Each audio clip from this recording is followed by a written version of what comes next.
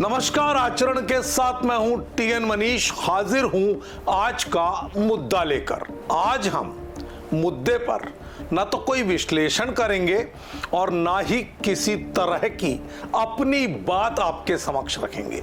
आज नए तेवर और नए कलेवर के साथ हम आपको आज के मुद्दे में मिलवाएंगे एक ऐसी शख्सियत से जिसने 22 अप्रैल पहलगाम हमले के बाद ऑपरेशन सिंदूर के पहले 27 अप्रैल को दुनिया में एक ऐसा फतवा जारी कर दिया जिस फतवे ने आतंकवादियों के लिए 5.5 लाख मस्जिदों में यह ऐलान करवा दिया है कि अब भारत की सरजमी पर इन आतंकियों को ना तो कब्र नसीब होगी और ना ही जनाजे की नमाज पढ़ी जाएगी।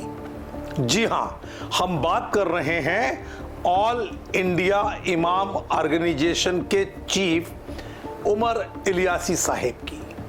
उन्होंने आचरण न्यूज के साथ एक्सक्लूसिव बातचीत की और वे जल्द ही जम्मू कश्मीर भी जाने वाले हैं। खुद को यदुवंशी बताने वाले इलियासी उस समय विवादों में आए, उस समय चर्चाओं में आए जब रामलला के दर्शन करने वो पहुंचे और उनके खिलाफ भी फतवा जारी हो गया।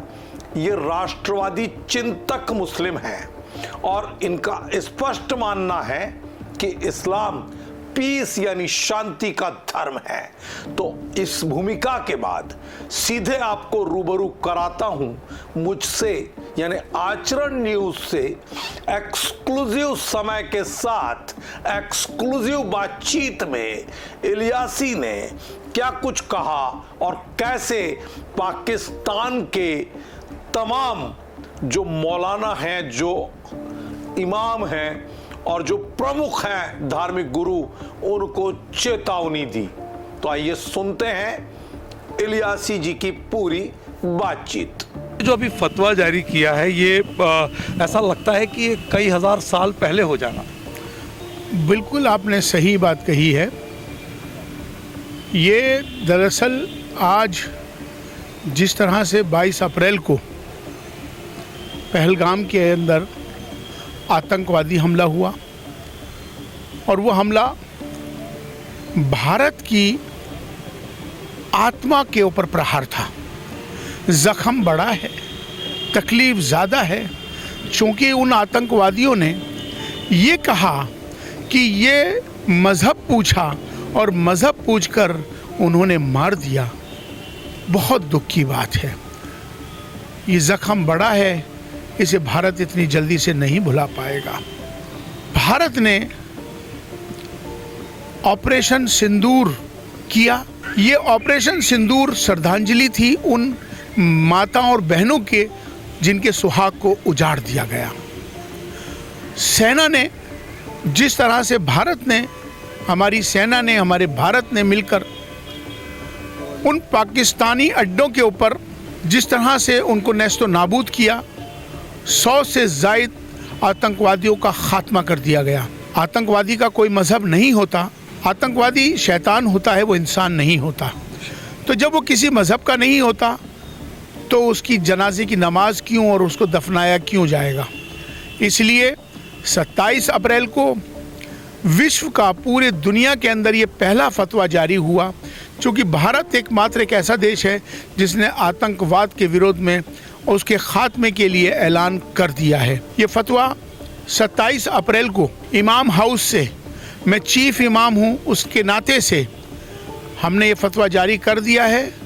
और इस फतवे के अंदर साफ तौर पर ये बताया गया है कि किसी भी आतंकी को, किसी भी आतंकवादी मारा जाएगा, ना तो उसे कब्र में दफनाया जाएगा, ना उसकी जनाजे की नमाज होगी। देश के 5.5 लाख मस्जिदों को ऐलान कर दिया गया है। दूसरे नंबर पर हमने ये कहा है कि उन्होंने जो आतंकवादी संगठन हैं उन्होंने नाम रखे हुए हैं जैश-ए-मोहम्मद, लश्कर-ए-तैयबा, ISI, हिजबुल मुजाहिदीन, जमातुद दावा, ये सारे नाम इस्लाम से और मोहम्मद के नाम से जोड़कर उन्होंने रखे हुए हैं। तो ये पहला विश्व का पहला फतवा जारी हो गया है, जिसके अंदर साफ तौर पर यह बता दिया गया है कि उन आतंकवादी संगठनों को कि आतंकवादी संगठन जो इस्लाम के नाम पर, मोहम्मद के नाम पे संगठन के नाम रखे हुए हैं, अब फ़ौरन उनको ये नाम हटाने पड़ेंगे। आतंकवादी हैं, आतंकवादी नाम रखें, लेकिन मोहम्मद का नाम, इस्लाम का नाम नहीं रख सकते। इस्लाम पीस का मज़हब है, सलामती का मज़हब है, इस्लाम बचाने का नाम है, इस्लाम मारने का नाम नहीं है। तो इसलिए हम सबको मिलकर आतंकवाद के विरोध में एक खड़ा होना होगा। जब हम एक होकर इसका मुकाबला करेंगे तो इंशाअल्लाह आप वो दिन दूर नहीं कि आतंकवाद हमेशा से जड़ से ख़त्म हो जाएगा। देखिए, भारत की विशेषता है अनेकता में एकता। ये भारतीय संस्कार है, भारतीय संस्कृति है, वसुदेव कुटुंबकम, ये सब परिवार है और इस परिवार का हम हिस्सा हैं। और जिस तरह से हमारी भारतीय संस्कृति हमें क्या संस्कार देती है, हमें संस्कार देती है कि हम सबको एक रहना है, एक होकर मिल के चलना है। सनातन धर्म क्या शिक्षा देता है? सनातन यही देता है कि सबका सम्मान करो, सबकी इज्जत करो, सबके साथ रहो, सबका ख्याल रखो। तो मुझे लगता है कि आज इसकी ज़रूरत है, आज एक होने की ज़रूरत है। जिस तरह से और तुर्की ने जिस तरह से पाकिस्तान का समर्थन किया, मैं समझता हूँ कि तुर्की को ये समझना चाहिए कि उन्होंने पाकिस्तान का समर्थन ना करके आतंकवाद का समर्थन किया है। कोई भी अज़रबैजान हो या कोई भी देश पाकिस्तान का समर्थन के लिए खड़ा होगा इस आतंकवाद के मामले में, तो हम भी यही समझेंगे कि वो आतंकवाद का समर्थक है। इसलिए हमने ये कह दिया है। दूसरी बात यह है कि आज हम आपके चैनल के माध्यम से ये बात उन तक पहुंचा रहे हैं, ख़ास तौर पर अपने पड़ोसी देश पाकिस्तान को। पाकिस्तान के चीफ इमाम को यहाँ भारत का चीफ इमाम ये कह रहा है, वहाँ के जितने मुफ्ती हैं उनको हम ये कह रहे हैं कि वो जैश मोहम्मद, लश्कर तोयबा, जैश हिजबुल मुजाहिदीन, ISI, जितने भी संगठन हैं उनके नाम उन्होंने इस्लाम और मोहम्मद के रखे हुए हैं। तो पहली जिम्मेदारी चीफ इमाम साहब पाकिस्तान के तुम्हारी है और वहाँ के मुफ्तियों की है। अगर तुम ऐसा नहीं करोगे तो अल्लाह के यहाँ तुम्हारी पकड़ होगी। मैंने यहाँ से ऐलान कर दिया है, फतवा जारी कर दिया है, तुम भी उस फतवे को लागू करो। अब ये तुम्हारी जिम्मेदारी है। इंसानियत सबसे ज़्यादा ज़रूरी है। हम सबको एक इंसान होकर मिलकर इस आतंकवाद के खिलाफ लड़ना होगा। राम मंदिर जो मैं गया, वो मेरा मकसद, मेरा भाव आपसी सौहार्द।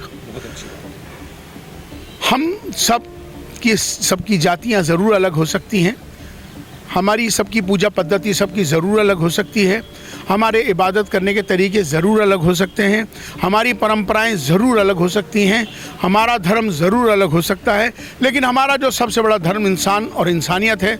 भारत में रहते हैं हम सब भारतीय हैं। आओ हम सब मिलकर भारत को मजबूत करें, भारतीयता को मजबूत करें। राष्ट्र सर्वोपरि है, राष्ट्र प्रथम है, इसका भाव हमेशा ध्यान में रखना चाहिए। देश हमें देता है सब कुछ, हम भी तो कुछ देना सीखें, ये भाव सबके अंदर आना चाहिए। तो सब मिलकर आतंकवाद के विरोध में लड़ेंगे, भारत को विश्वगुरु बनाएंगे, भारत को अखंड भारत बनाएंगे, सब मिलके चलेंगे। यही हमारा मकसद है, यही हमारा आशीर्वाद है, यही हमारा संदेश है।